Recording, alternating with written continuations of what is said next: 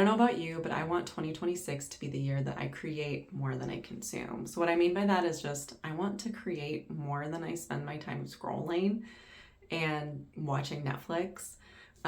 So a few months ago, I learned how to knit and I've just been loving it. And there are a few things that I wish that I would have known when I first started that I thought might help some people. So that's what I want to talk about today, are just some of the things that I wish I would have known when I first started knitting as a beginner knitter, because disclaimer, I am still a beginner knitter, I would say. It's just been a few months. So the very first thing is a little cheesy, but it's that you can do it. I know, super cheesy. But when I first started or started thinking about starting, I thought, oh, I can never read a pattern. Like, I don't know what I'm doing. It's like a foreign language. Like, I'll never be able to do it. And then one day I saw somebody on TikTok talking about the step-by-step sweater by Knitting by Florence, and that there's a YouTube video walking through the whole process step by step. And they tell you exactly what kind of yarn to use. And these people that have never knit anything were knitting a full sweater. So I was like, well, if they can do it, then I can do it. And you print out the pattern and you can learn how to knit on this YouTube video and follow the pattern, and eventually you kind of learn how to read a pattern. So I would say do the step-by-step sweater. If you want to knit a sweater, that would be a great one to start on. And if you're looking for a sign to start your knitting journey, this is your sign. You should start. It's really fun. The second thing that I wish I would have known is that it's not a cheap hobby. So if you're like me, like I want to move more towards natural fibers, wool, cashmere, silk. I mean, obviously some of those are kind of fancy, but people knit with a lot of wool and it can be pricey. So yarn can be expensive. Even acrylic yarn can kind of add up, especially if you're knitting bigger projects. So just know it's not a cheap hobby. Knitting needles can be expensive as well. It's not cheap, but it's really fun, so it's worth it. And hopefully the things that you're making are things that you can wear for many, many years. And especially if you're getting good quality materials, hopefully your sweater or hat or whatever it is will last, hopefully your whole life.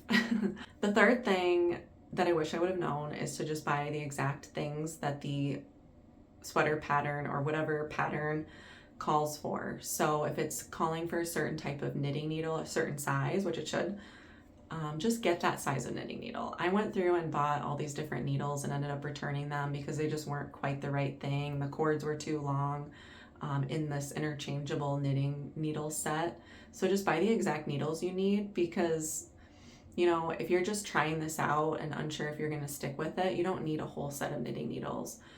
You should be able to get a relatively affordable, decent set of knitting needles for just, under $10 a piece.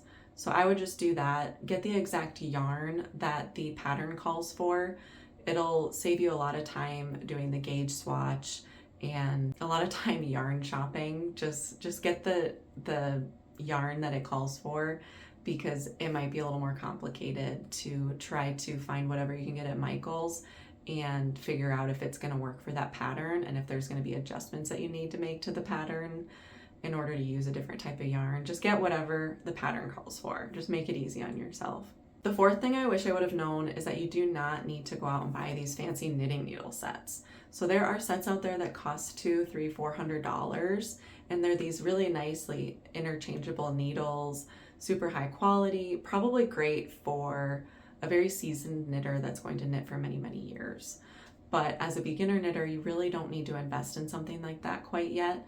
And oftentimes you'll end up using the same knitting needles for several projects. So you don't really need that many needles. And sometimes those sets only come with certain sized cords. They might not even work for all the different types of needles that you need, even just for one sweater. So the step-by-step sweater needed 2 different size needles that were 2 different lengths. So you need 4 different needles. So that's all I bought.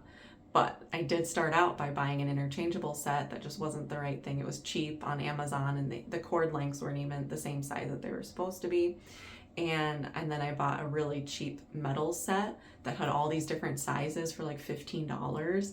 And the yarn got caught on the cords. It was just not a good experience. So I ended up just ordering the exact needles that I needed, and like a decent quality of needles. So they weren't necessarily cheap, but I didn't end up buying a ton of them. I just bought what I needed. The fifth thing I wish I would have known is that you do not need to buy all those fancy knitting tools that they have on TikTok and Amazon and all that stuff. So one of those things I'm talking about are yarn winders.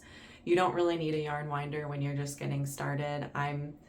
I do a lot of yarn artwork and I have never used a yarn winder. Now I did spend a lot of time looking at yarn winders and debating whether or not I should purchase one, and I've ultimately come to the conclusion that unless if I'm knitting 10 sweaters a year, I don't really need one. Even if you have those hanks that you need to like, you know, loop onto something and then wind it up, it's really doable. Just hanging it on a hook, hanging it on the back of a chair, and just winding it by hand. So you don't need to buy one of those tools, at least not when you're first starting. You also don't really need an expensive project bag. Going out and buying a special tote bag for your knitting projects is not necessary. Some of them are specific to knitting. You don't really need it. Just use a tote bag that you have at home. I have cats, so I am using a zippered tote bag that I actually made. There are patterns on YouTube that you can find, and they teach you how to make these zippered project bags. This is mine. I bought a $2 zipper at Walmart, and the fabric is just something that I found at thrift stores over the years. There are some nice pockets inside. So this kind of segues me into the last thing I want to talk about, which is just what I keep in my project bag. So I have this little pouch, which was a gift. Somebody made it, I don't know. But it keeps a handful of little things that I don't want to lose. So there's some stitch markers. You don't need stitch markers with these cute little gems and danglies on them. You just get caught up in the yarn. So simple is best, I think. So these come in different colors. This is one set that I got off Amazon, and then so this can just loop onto a stitch and I can mark the stitches. I also keep a little scissor tool and a crochet hook and a little tapestry needle in this bag. This stays in my project bag. I also have this little measuring tool. This is really handy. I did buy this specially for knitting. It measures all of my knitting needles on here. Some of the sizing on the needles rub off, and so then you just have to use one of these tools to measure what size knitting needle you're working with. This is also great if you're measuring the cuff of a sweater and you want to figure out how to make it exactly 4 centimeters or whatever it is. This is a really handy tool. I would probably recommend buying. I also keep a little tape measure in there. You do not need a fancy retractable one. Those could be great too, but just use what you have, and a lot of us have these in our sewing kits, so that's where I got this. I also keep some extra yarn in my project bag, especially something that's a different color than the project that I'm working on. Sometimes you have to take the stitches off the needles and you can just put it on a piece of string. Here are some examples of knitting needles that I've accumulated. I would also say check out thrift stores. Sometimes they have knitting needles in bins at the thrift store for really cheap. And I found some really nice knitting needles. Like actually, I think these came from there. These are a decent set. This is like bamboo. I've got, this one is this beautiful wood that's stained green. These are also kind of a green wood. I've got some metal ones. I've got these ones, which are black wood. I don't know.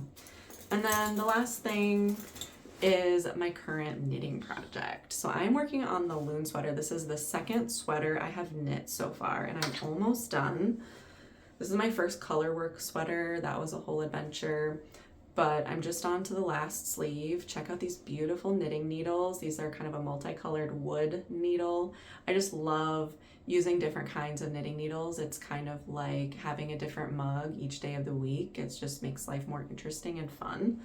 And I'm almost done. So that basically concludes the video. If you have any other tips for all those newbie knitters out there, just drop it in the comments and let me know what project you're working on. I'd love to know, and I'll see you in the next video.